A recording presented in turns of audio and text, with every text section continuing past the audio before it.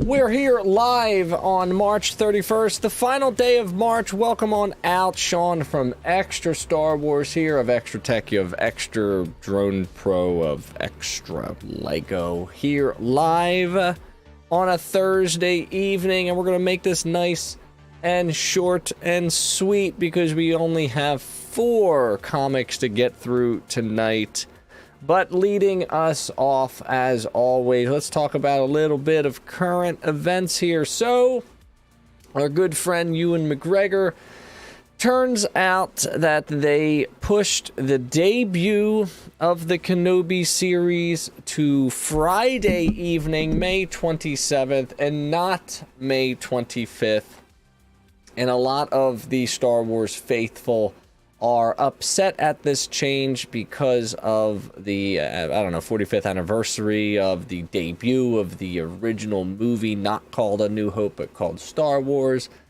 And allegedly it was pushed because of a conflicting schedule of Miss Marvel. And some of the peoples think that Miss Marvel should have been pushed and not Star Wars because of the significant date. And I can totally understand that. But in the grand scheme of things, the consolation prize is that we get the first 2 Kenobi episodes back to back, unlike what Boba Fett did, which was bad. And we have to wait 2 days, from Wednesday to Friday. So my thought is, I don't care about May 25th. Sorry, it's a great and exciting time, and without May 25th, 1977... it wouldn't have happened, and this podcast YouTube thing wouldn't exist, and the passion that a lot of these fans show would not exist. But in the grand scheme of things, who cares? I'm sorry. Like, I don't have enough time to care about it. I just want to kind of move on with some things, and that's just the way I feel about it. And that's okay, you know, it's no big deal. If you feel very strongly about it the other way, that's cool. You know, I'm not going to come down on you because of that, but, you know, it's 2 days, we get 2 episodes, and we get Ewan McGregor back as Obi-Wan Kenobi. You got to be happy about that, I'm sure, right? I'm sure. Now, if they had anything major to be said, like Ewan McGregor has dropped out of the project, or Hayden Christensen's no longer in the project, then yeah, I think we have a problem. You know, Kenobi's already surrounded by some conflict, as the entire series had to be rewritten. You know, it's the only series that's going to have one director, so that's going to be sketchy. What if that director fails in the first 2 episodes? It could not going to be good, but whatever, it doesn't matter. This is Weekly Comics, and this is where we talk about all things not Kenobi, unless he shows up in the regular comic books. And we're on the tail end of our High Republic read-through. Past couple weeks, we've read the regular series of the High Republic, 1 through 15. We've read the IDW series, 1 through 10. We've read the Trail of Shadow series, 1 through 5. And more or less finishing off what completed series we have the Monster of Temple Peak, which we'll get into in just a few moments here. All my comics are bought at a local comic book store, Comics and Collections in Feasterville, Pennsylvania. Go support your local comic book store. Don't buy your stuff online. Don't read it digitally. Buy the damn book and store it in little shoe boxes and never look at it again after you read it like I do. Or display them, whatever you want to do. The IDW series is an ongoing series. 11, 12, and 13 are out, but I think it's an incomplete story, so we'll get to that eventually. Next week, we'll be moving on to a little bit more of the normal stuff, our normal characters, Luke Skywalker, etc., etc., etc., so that should be pretty exciting. We're doing 6 or 7 per show. This is Weekly Comics number 7, and let's get started.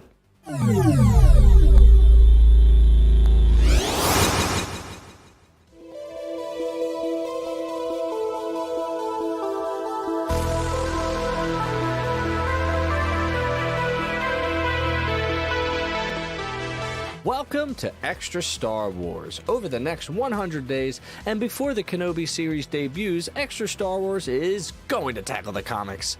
The comics are a hard medium to keep up on as they're constantly in motion, crossing over between storylines and branching off into a multiverse of madness. Journey with me as we learn some of the details you'll never see on any screen, learn some ridiculous Easter eggs, and help me understand more of this Star Wars galaxy. Extra Star Wars presents Weekly Comics.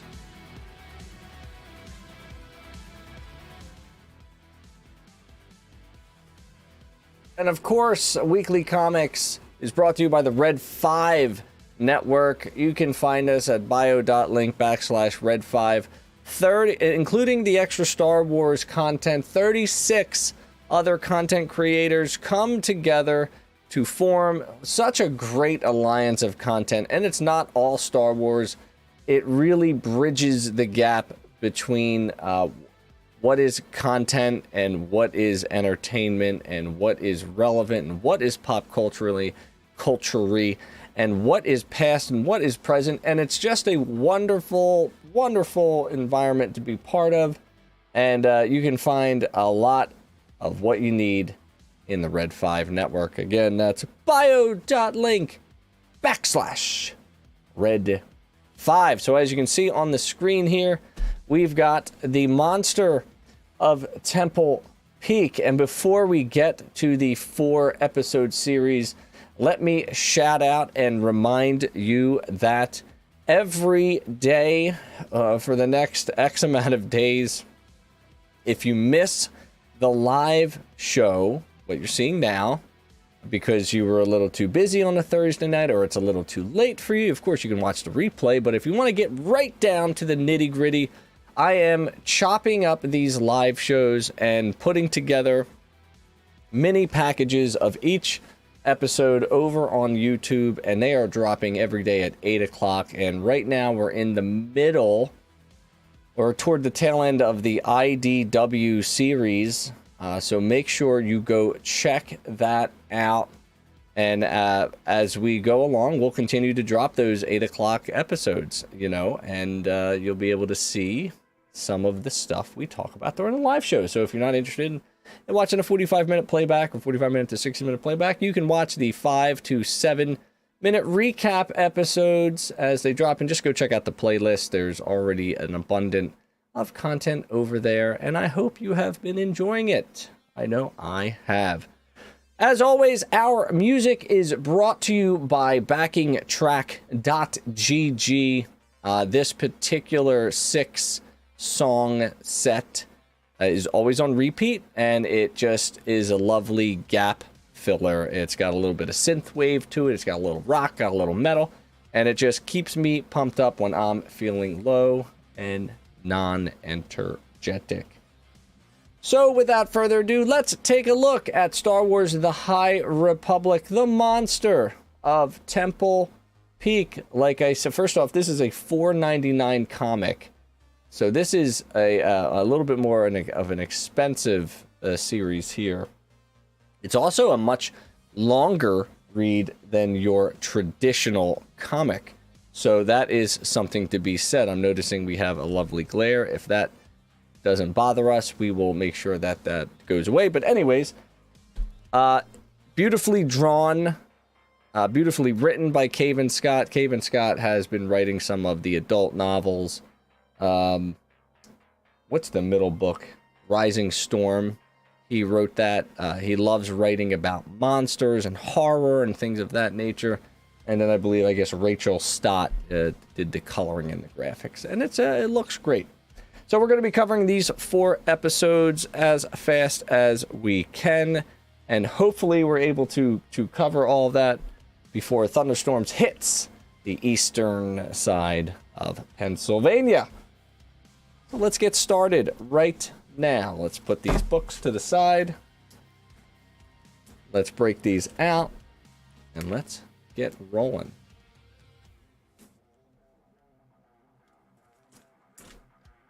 Let me bring up my cheat sheet.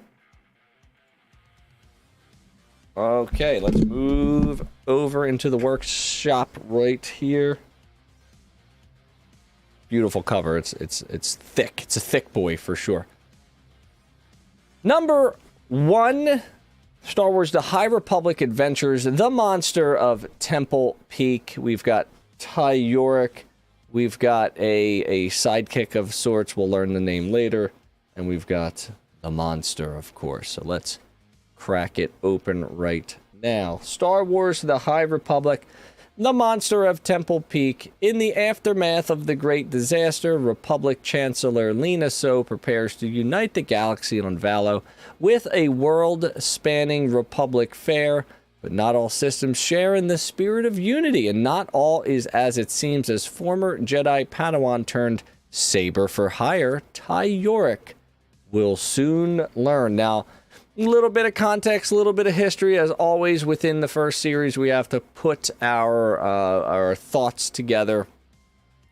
The first time we hear of Ty Yorick is actually in the Rising Storm. So Cavan Scott actually wrote Ty Yorick into his adult novel, and she is involved in some plot points of that story. This is happening before that story, so it's a little bit of a prequel of who she is and what she's all about. So, Ty Yorick, saber for hire, former Padawan. We open up on Waketown of Lorith. A little girl, Pella, is trying to listen in on Starlight Beacon's opening ceremony, but gets caught by her uncle called Leighton, and basically tells her that you need to rely on yourself, and that the frontier is a dangerous place to live, and we can't rely on the Jedi. At that time, Thoom, something happens in the background, and we're not sure what happens to those on Loreth. We cut to Blarum, which is located on the Outer Rim.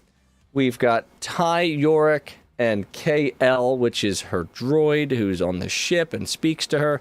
They're hunting a Gundark. They need to bring it in alive, but in the middle of her capturing of the Gundark, she comes across a native. The native gets put in danger, and instead of capturing the Gundark, Ty Yorick kills the Gundark to the sadness of KL, because they needed to bring in the Gundark alive to get paid. Ty Yorick questions the native about why she's there, and he or she reveals that they know that she is an amazing monster hunter. So there must be some sort of reputation that Ty Yorick has about her monster hunting. We cut to Kolkanata Spaceport. Yorick is back in town and is swerving left and right because she notices that Jedi are in town searching for someone, so she hides. She goes to her broker and gives them the bad news that the Gundark is dead. This is her broker. He's not very happy with her assessment of things. At that time, the Jedi are there, and they happen to be after the broker. So Ty's like, I'm out of here. See you later. And pushes Blago. That's the broker's name. She gets back to her ship as the Jedi capture Blago. And KL is disappointed that there is no money to upgrade the ship. And at that time, KL says something, and Ty goes into a sort of flashback. So this will be a very common occurrence in these issues, is that Ty Yorick will have some sort of flashback sequence. So we're at Alaris Prime, and this is 10 years ago. We have Master Sabata, who is here. You have Tylera, who is Ty Yorick. And then you have her friend Clias, who is also a Padawan. But he's sort of a bit of a troublemaker, and this flashback ends with the phrase of, rather than pretending to be someone you are not. We go to the ship in space, and they are choosing a new job, and the droid has two choices, and she's like, I'm not going to make a choice. I'm going to roll these stones, and they're like moon and sun stones, and they're basically the equivalents of flipping a coin. So the moons have the advantage, and they set course for Loreth, and that is where our story opens. Turns out that on Loreth there is a huge monster, a legend, and it has revealed itself, and it's called a Gritalax. This girl Pella is now mute, the one from the beginning, due to the monster. It had some sort of chemical thing that really messed up her lungs or something. Ty Yorick agrees to the job and leaves to hunt, and as she's climbing the mountain, the comms are down and she can no longer speak to her droid, and she's kind of happy about that. At that time, another flashback happens, and we find out more or less that both Ty and Clias are sort of close, kind of close in this way that is a little alarming for the Jedi. We flash back to now. Ty uses the Force to locate something. She finds something, but it's invisible. It seems to be captured by a spider. And we have sort of an ending to this issue as Ty gears up for an attack and tells KL that we've got something that we have to handle. And that is the end of Chapter 1 of The Monster at Temple Peak. So we have Ty Yorick. She's a monster hunter. She encounters a native. That native, has learned of her legend. That's what the whole point of that exchange was. She heads to Loreth. There is a monster that is terrorizing this town. It made a girl go mute. She accepts the job and goes after it, but comes upon something different at the top of the mountain. And that's sort of how Chapter 1 ends. Okay, I have to pause. That way I know when to cut my videos later. Welcome on in, the Lizzie Wizzy. Good to see you.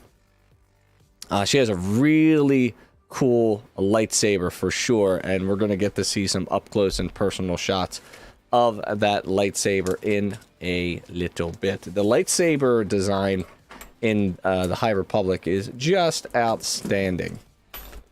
It's really cool. All right. Issue number 2. Take a look at the cover. It's beautiful. It's all black. We have the purple lightsaber and the monster. It's the Rock Weaver spider right above her. And something's going down. And let's see what happens. Chapter 2 is called Weaver Attack. So Ty attacks the Weaver and it strikes back with a web shot to the face. And she just can't seem to get whatever the material is off of her face.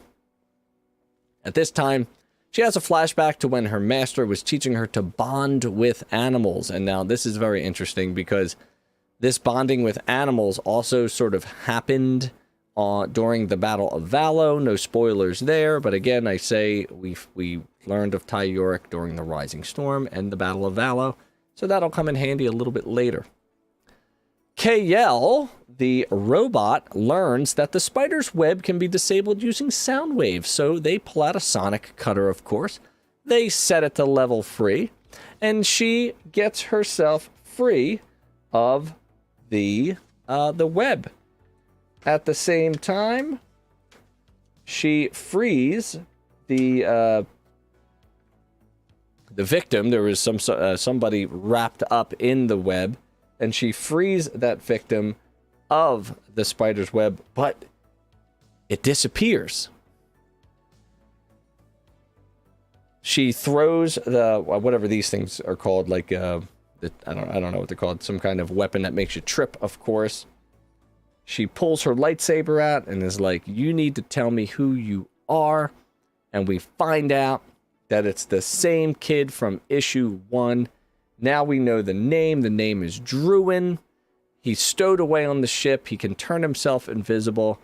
But Ty is very skeptical, and she wants to know if he was hired to follow her. And he's like, "No, I'm just a really big admirer of Jedi because I want to be a Jedi." But Ty's like, "Listen, I'm not a Jedi. I can't teach you to be a Jedi, so get the hell out of here." And Druin ends up stomping away. But KL is like, "Hey, listen, it's getting dark." The robot's like, "It's getting dark. You should probably go after him for his protection." And Ty Yorick, being a kind person, sort of agrees. So she catches up to him, cuts him loose, and says, "You can join me for camp, but at the light of the next day, you gotta go." So during this little campfire, we learn that Druin's family was lost in the Great Disaster. And you know, the Great Disaster was what started off the High Republic with the hyperspace disaster. So Druin lost the majority of his family to that, and I thought that was a pretty good connection and kind of a tragic connection. Druin, being the talker, pushes Ty to tell him about the Jedi, which encourages, of course, a flashback. Claes now pushes Ty to learn of the dark side, to understand it better, to fight it better. During this conversation, on the side of a cliff, of course, she slips, and Claes seemingly saves her, kind of just being vertical. So he's got this very strong will of the Force, and Ty Yorick's like, "How did you learn this? Like, you can do these amazing things." And he reveals that his master has told him of the Zepho teachings, and the Zepho teachings were found in Fallen Order, and I thought that was a really cool deep cut connection. So they end up entering this temple. There's a mention of Alderaanian mothflies. Again, just a little throwback, little Easter egg of Alderaan.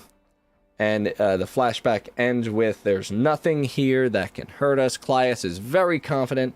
Ty Yorick, not so much. We flash forward back to now. Druin changes the subject and asks about her becoming a monster hunter. Ty sort of ignores that and ignites the campfire in a very dramatic way. Druin takes the hint to be quiet. They fall asleep, and in the night, their transport animal gets spooked, And it turns out that the little girl from the camp tries to attack Ty.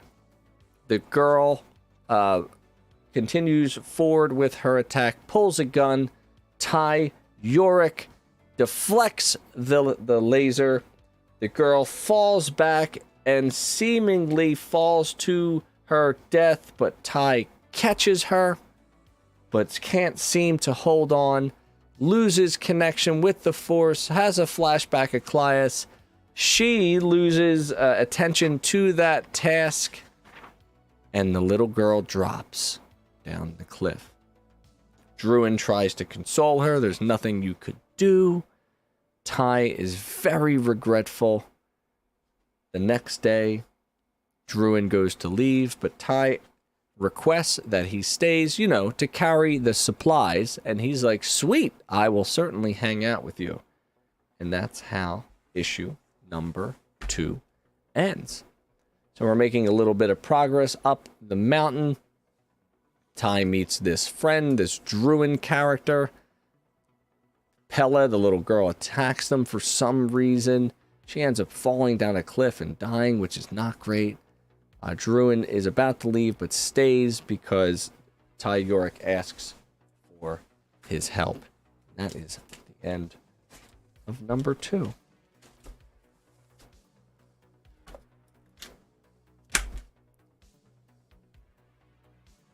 As we take a brief pause, let's take a look at what you're saying. The monster's head kind of looks like the other guy's mask from 2 weeks ago's stream. Yeah, that's a good point. Yeah, the Rock Weaver definitely looks like Quart's mask. Good connection there. You know, the legendary one they are trying to find. Yes, the Critalax indeed. The pink one very strong with the Force. Zine, I think you're talking about. And then you think Helen survived. Yeah, we'll see. We shall see. You might be right. Let's take a look.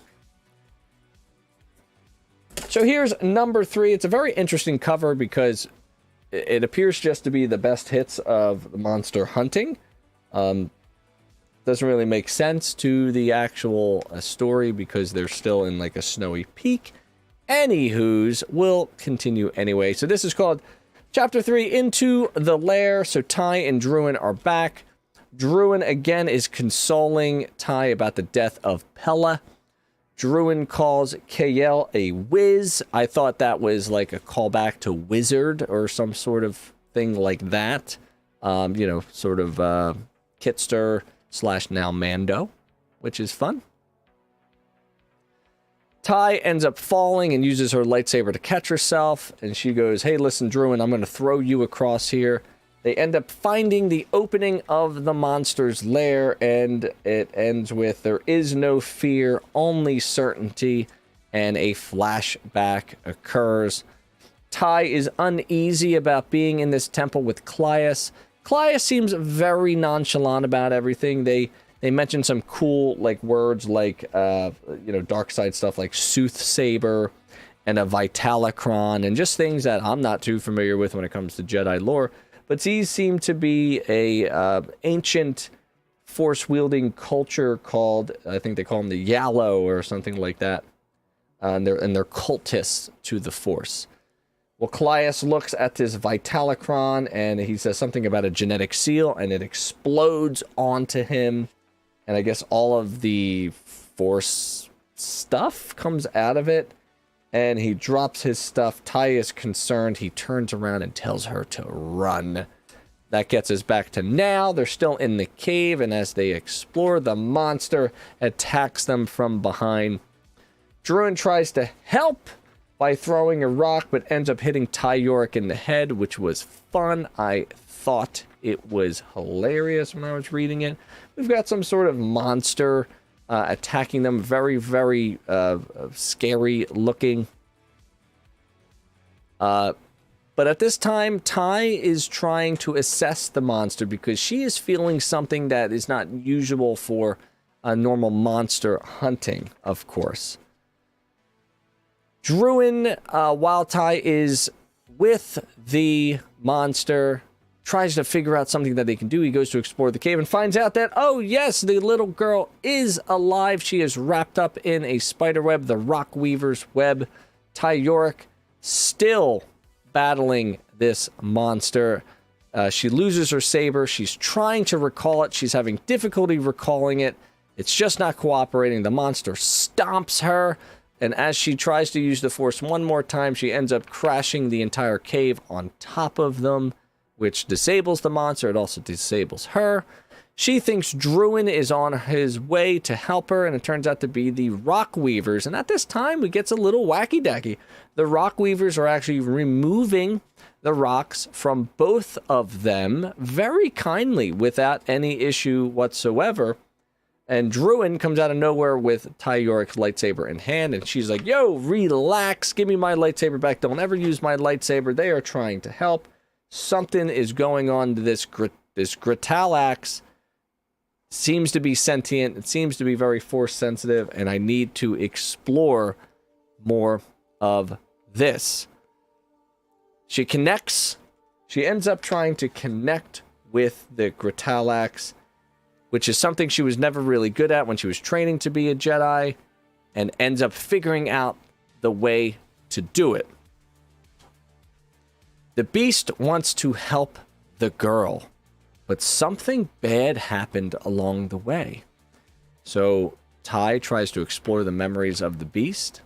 She learns that Leighton caused the girl's muteness when he attacked the monster, even though the girl tried to help the monster. She, like, I guess gets chemical Rhydonian into her voice, which caused her to be mute. So the monster didn't cause this damage at all. The guy Leighton caused the damage.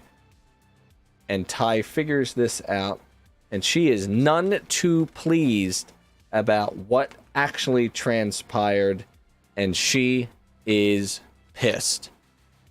There's also Little Pony here, and that's probably a bad ad to have next to someone who's really serious and mad. Whatever. That is the end of number 3. 75% of the way through, so just a small recap. We've got a Druin and Ty. They're making their way into the lair. They get into the lair. The monster attacks them. She finally figures out that the monster is sentient. She connects with the monster. She finds out what actually happened to the little girl. The little girl's alive, and they are now on their way to figure out the truth behind the monster of Temple Peak. And before we get to number 4, Dave is in the chat. Hey, do you remember... Hey, off topic, but do you remember Upload? You think you watched it on stream or something, watching right now? Oh, from Amazon Prime, Upload. Yes. Yes. I watched like 2 episodes of it, and then I forgot about it, and then that's the way my life works. What an interesting concept, Upload, where you don't really die and you just become part of the metaverse. It's very curious. Yes. I like how there's a serious moment, they're just ponies. It's just ridiculous. It's just ridiculous. You totally called her being alive. I had that call on my head too as I was reading this tonight. I was like, she's probably not dead. I mean, they wouldn't kill off somebody that tragically. But I thought it would be a bold choice if they did, but they didn't. So, anywho's, one more to go. Number 4, our epic conclusion to the monster of Temple Peak is beginning right now. Again, these covers, man, they're thick. Compared to the comic book pages. Chapter 4. Final chapter. Bones of a Jedi. So it opens up with Leighton and T'Pel, and they're wondering about the status of Ty Yorik and why the monster's head has not been returned to them yet. Leighton is impatient with Ty, and T'Pel is like, hey, we should probably give her some time. And at the same moment, Ty Yorik shows up and knows that Leighton is the reason for the monster's attack. He has part of the monster's symbiotic being in a cage. The monster that we saw in issue 3 is actually called the Greta. And Leighton and his crew captured the Lax. And they are 2 creatures that are actually one. And that is why the Greta is all pissed off. Ty reveals these details, and people seem stunned by this. T'Pel's like, I told you shouldn't have done that, and Leighton's like, it doesn't matter, and smacks, Leighton, Will Smith smacks T'Pel without a problem. Ty gets ready to beef with Leighton, but gets stunned in the back by none other than T'Pel. Double-crossed, son of a gun. Ty Yorick, you gotta be better than that. We flash back while she's unconscious to Clias, who is hearing voices. Ty is encouraging him to fight it. Clias attacks Yorick and they fight. And in her defending herself from Clias's attacks, she accidentally kills one of her good friends with her saber. I'm sure that's kind of why she left the order. That's my assumption at this point. We flash back to now, and Ty is dangling above what looks like to be a bone-crushing, gravel-crushing machine. The story is that the horns of the Gretalax can form a powerful potion, and if used correctly, it can kind of create a protection around people, and I'm assuming there's some sort of, I don't know, magical elixir, because maybe the horns are force-sensitive. Maybe it's some sort of super serum. They don't really go into detail. I can only conjecture. But Leighton's like, we don't need that monster since you didn't bring him. We have you instead, and your bones will do just fine for now. So this is a very interesting scientific experiment. The idea of crushing up force-sensitive beings and turning them into some sort of powerful elixir. That's very, very curious, and it should be explored a little bit more. Anywho's, stunned Leighton and his crew as Ty Yorick gets lowered into the bone-crushing mechanism. We've got Druin on the backs of the Rock Weavers, and they show up to send Leighton and T'Pel running. Leighton tries to ignite Ty's lightsaber, but is a little too late. I like that a non-force user can ignite it. It always seemed to me that only Jedi could ignite lightsabers, so I like that a common person had trouble lighting the lightsaber. But gets attacked by Druin, and he's like, no one can use Ty Yorick's lightsaber, because remember that was established in issue 2? He throws the lightsaber to Ty Yorick, who untethers herself from the upside-down chain, crushes and slices through the gravel-cutting bone crusher machine, and her and Druin team up. She goes after Leighton, catches him, and he's like, what are you gonna do, kill me? And she's like, no, I'm not. I just don't kill to kill, but I can't say that my monster friend's not gonna kill to kill. He ends up begging and being very, very, very, very regretful and sort of babyish and wimpy about it.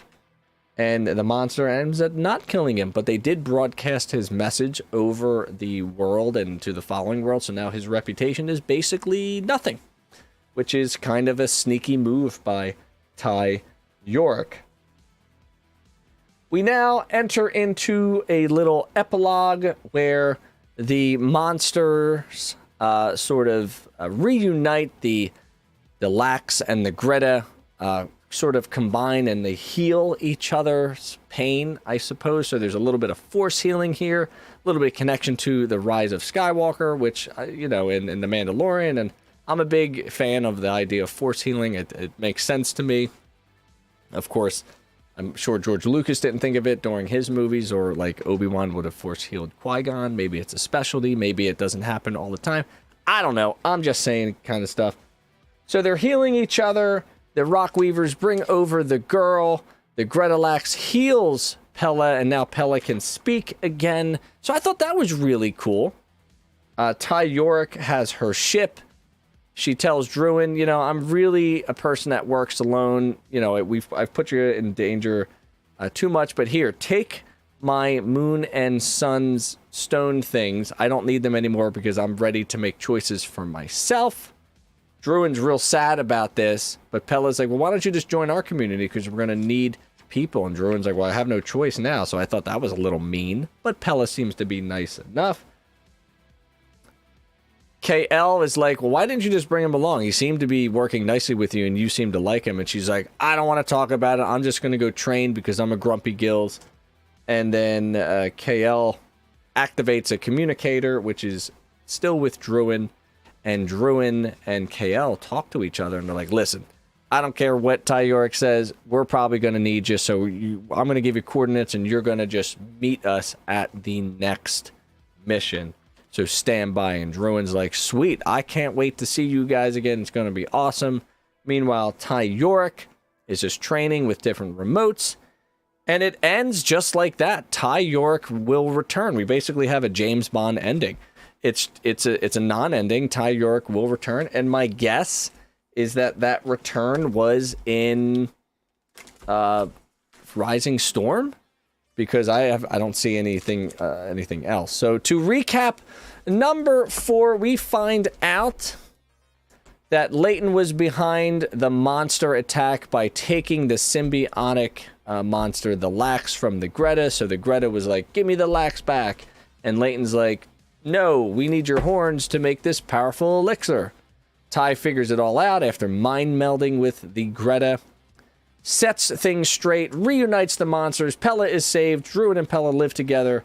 Druin is sad about this, but KL, the droid, makes contact with Druin and says, we'll see you again one time. And Ty Yorick's like, cool, I'm going to return. And that is the monster of Temple Peak. And if I had to be honest with you, here's a little bit of an analysis.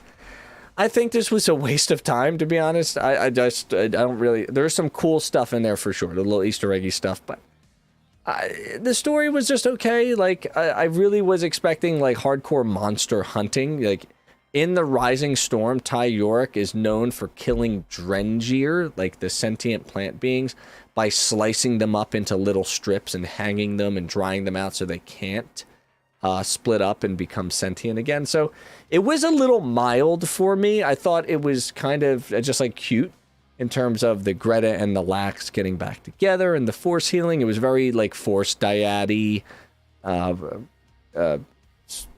just, I don't know. It was a little wimpy in my opinion. Now the artwork, of course, is beautiful. Everything about it is lovely. But overall, I wouldn't waste your time buying these. I would just wait until they become a graphic novel and then buy it for like $9. Don't spend the $20 because I don't think it's worth it. And now I'm here to give you the honest truth. So that is The Monster of Temple Peak, numbers 1 through 4. And thus ends our High Republic adventures. We are in Weekly Comics number 7, and we're finally through our High Republic content, and that is super exciting. So here we are. We're back. Let's see what people have to say. Let's see. Lizzie says, top since saddest anime deaths. Pink Man lashes out in rage and his friend kills him. So that seems to be a common theme for sure. Friends for life ends up killing one of them, and they have to live with that decision. I think in a time of self-defense, I think sometimes that just happens. You know? For sure. Jedi Academy reference to Force Healing was the Force skills of the game. Okay. I love the Jedi Academy games. Little Kyle Katarn action. I enjoyed the hell out of them. They were awesome. Yeah, I saw a lot of exposition, not monster hunting, but it was still an okay story. Yeah, I agree with you. Totally agree with you. She is very highly involved in the Rising Storm. I think this character has lots of potential. I like that she has a blaster on her side hip. She's sort of a saber for hire. She's a very interesting character that also has a lightsaber, but I also find it very interesting that the Jedi aren't after her, because I feel like she's misrepresenting the Jedi, and the Jedi probably should get that lightsaber. I mean, if she killed a Padawan, even if by mistake, wouldn't they take her lightsaber? I don't really get it. So hopefully there's another story out there somewhere that will explain why she left the Jedi Order. So I think we're just left with more questions than we are with answers at this point, which is fine, but I want answers. Gosh darn it. Gosh darn it, for sure.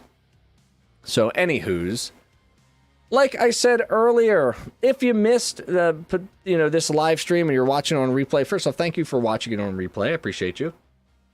You can catch the shortened versions of each recap over on this YouTube channel. They drop every day at 8 o'clock in the morning, and we have a few of them scheduled out. And I'm going to give you that date right now. We're live on March 31st, 2022. That's a weird thing to say. And if we look at our YouTube studio for our content, we've got stuff scheduled out all the way to April 7th. We have another week's worth of stuff coming out. And as April, that basically gets us to what? Next Thursday. And by the time next Thursday rolls around, we'll be in the weekly comics number 8, lucky number 8, and we'll be starting the first 7 or 8 issues of the common Star Wars comic, like the main story of Star Wars, which is post Empire Strikes Back. The reason why I got into comics at this point is because not a lot of stories from my brain, at least my brain tells me that not a lot of stories between Empire Strikes Back and Return of the Jedi are there. And the comics explore that. How did Luke get trained between 5 and 6? What happened to Vader? Where's Han Solo? We go from the end of Empire Strikes Back to a heist to get Han Solo, but something must have happened between all that time to be put in place. So I'm looking forward to reading that. I remember reading like the first 10, and then it just started collecting.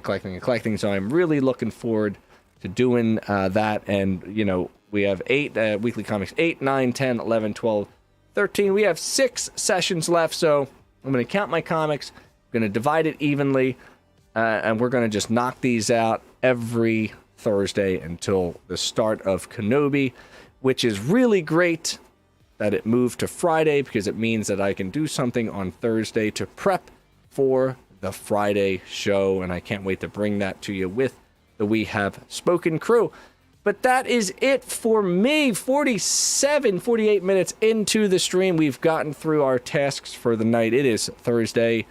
I think I'm going to hop on and play maybe an hour's worth of Fortnite. So if you want to come across over to twitch.tv/extra techie, we will see you there in just a short 10 minutes or so. It's been real. Lizard Wizard, thank you so much for checking us out tonight. I appreciate your dedication to the channel. Dave, as always, you're the best. And we will see ya next time.